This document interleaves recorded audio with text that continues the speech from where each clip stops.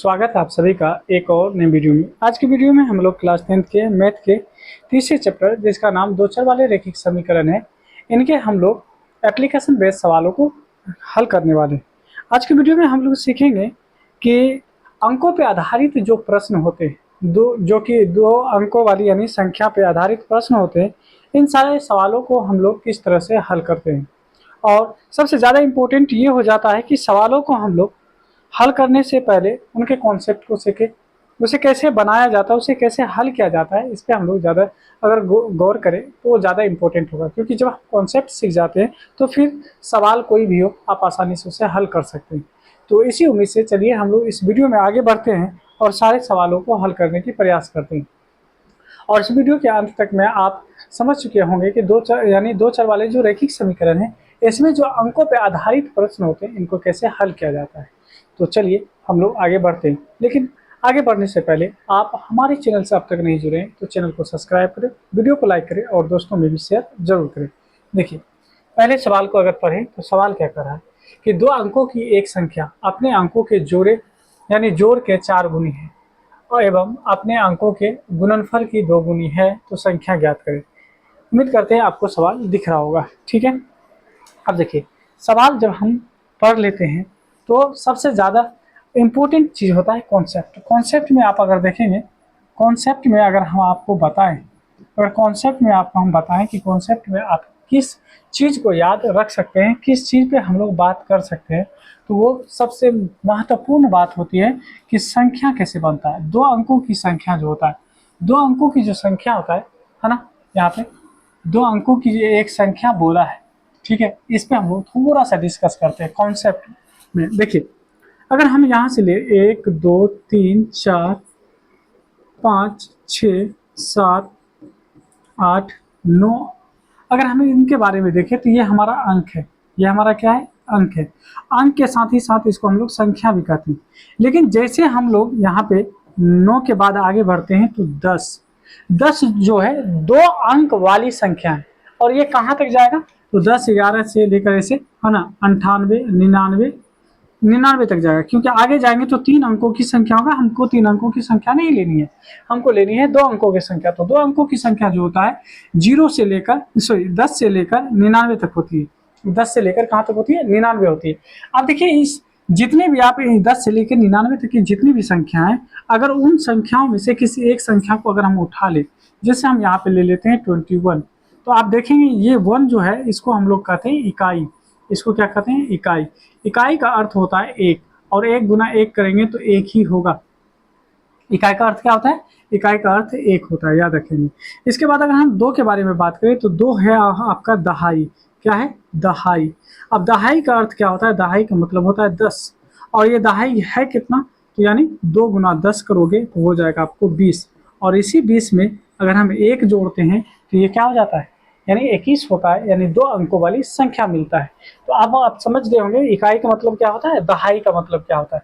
तो आपको बस ये चीज़ जानना है कि इकाई का मतलब जो होता है, इकाई का मतलब 1 होता है, और दहाई का मतलब जो होता है, दहाई का मतलब 10 होता है। इस बात पर आपको पूरा फोकस करना है।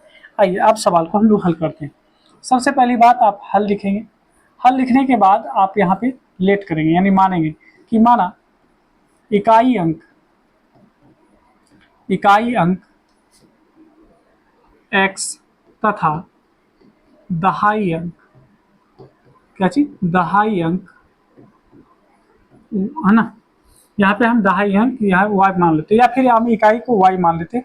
ठीक है, इकाई को y मान लेते हैं और दहाई को x मान लेते हैं। ठीक है, ये बात हम लोग मान लिए, यानी हम लोग इकाई को y माने और दहाई को 10 यानी x माने।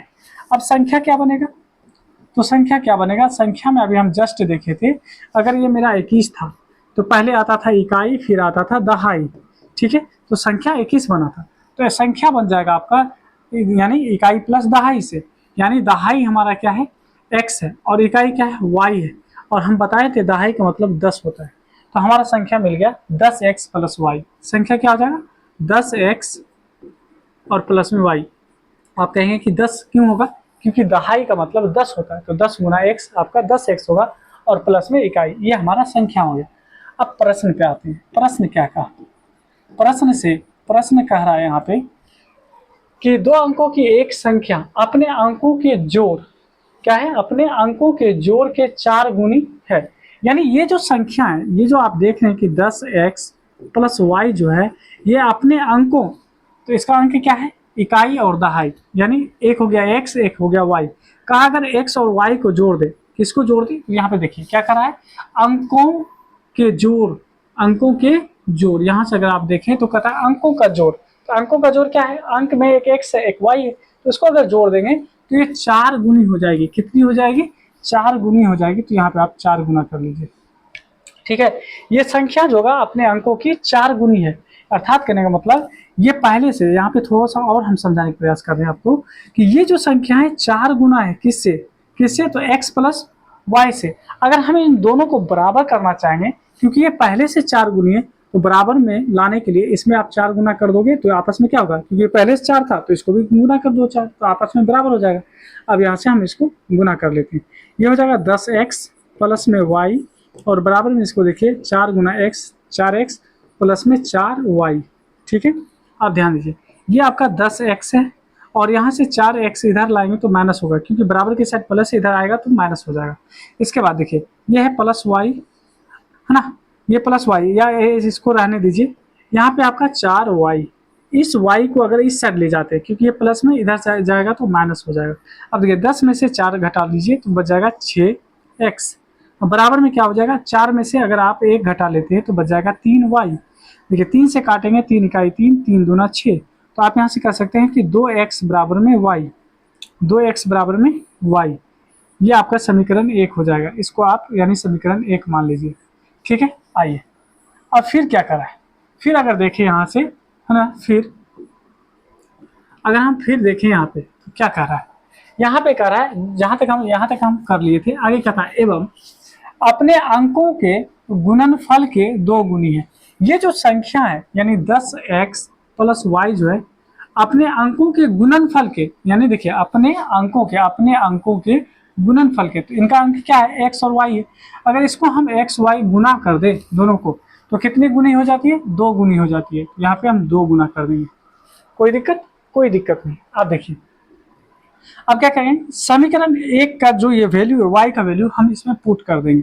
देखिए 10x प्लस वाई, इस y का वैल्यू क्या है, तो 2x है, तो हम यहाँ पे लिखेंगे 2x बराबर में 2x, और यहाँ पे अगर हम देखें तो y का वैल्यू क्या है, 2x है, तो यहाँ पे हम रखेंगे 2x। ये किसका वैल्यू है, तो y का वैल्यू है। हम यहाँ पे लिख देते हैं, यहाँ पे हम लिख देते हैं चूंकि, है ना, चूंकि y बराबर में 2x, y बराबर में क्या है, 2x, जहाँ जहाँ y था हम वहाँ पे 2x रखे। देखिए y बराबर क्या है, 2x, यहाँ y था तो 2x रखे, क्योंकि y की वैल्यू जो है 2x है, यहाँ y है तो y का वैल्यू हम 2x रखे।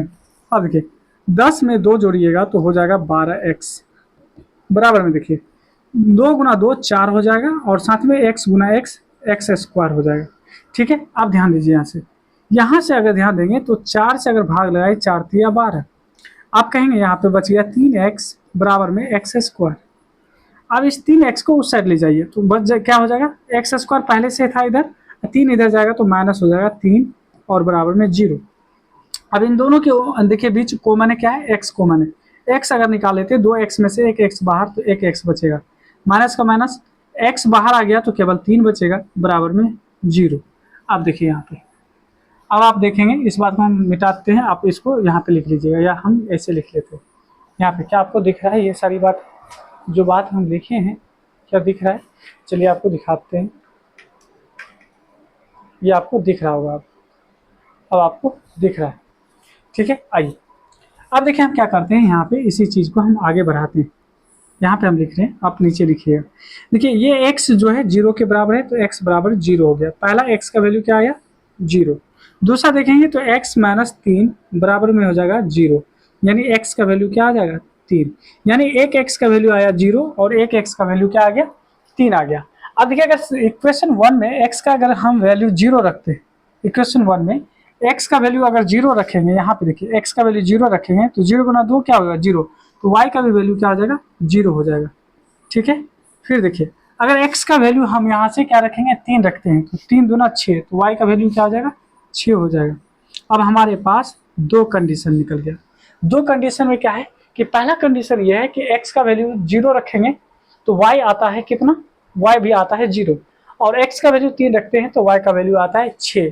तो 0, अब यहाँ देखिए हम थोड़ा सा इसको मिटा रहे हैं क्योंकि अब हमको संख्या चाहिए, हम मिटा रहे हैं इस बात को, है ना। तो आप देखिए अगर हम संख्या ढूंढे, पहला देखिए संख्या अगर ढूंढे तो आप क्या कहोगे, x का वैल्यू 0, x का वैल्यू 0 ले रहे हैं तो y भी क्या आ रहा है, 0 आ रहा है।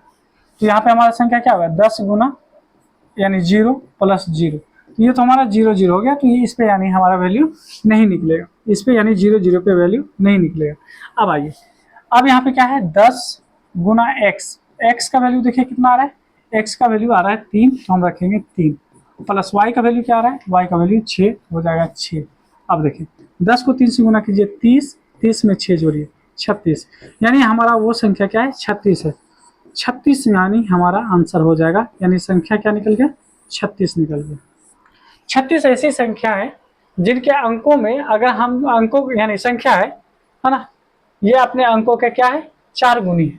क्या है, अपने अंकों के 4 गुनी। देखिए पहला अंक क्या निकला था, 3, और दूसरा अंक क्या निकला था, 6। ठीक है, इसको अगर हम क्या करते हैं, अंकों को अगर हम क्या करें, अंकों, ठीक है, अंकों के जोड़ के कितने गुनी है, तो 4 गुनी है। देखिए जोड़ करके देखिए, यहाँ पर अगर देखेंगे तो 3 और 6 कितना होगा, 3 और 6 9 होगा, और 9 को 4 से गुना कीजिए तो 9 चौके 36, देखिए 36 के बराबर हो जाएगा। दूसरा कंडीशन क्या कहा था कि अगर इनके अंकों को गुणनफल कर दें, यानी 3 को 6 से गुना कर दीजिए, 18 होगा। ये संख्या के कितने गुनी है, तो संख्या के 2 गुनी है, तो संख्या का यानी 2 गुना करके देखिए, 18 गुना 36, क्या आया कि नहीं आया। तो इस तरह से हम लोग 2 अंकों वाले यानी हम अंकों पर आधारित जो प्रश्न होते हैं इस तरह से हम लोग हल करते हैं। चलिए बढ़ते हैं और अगले सवाल को हल करते हैं। ठीक है,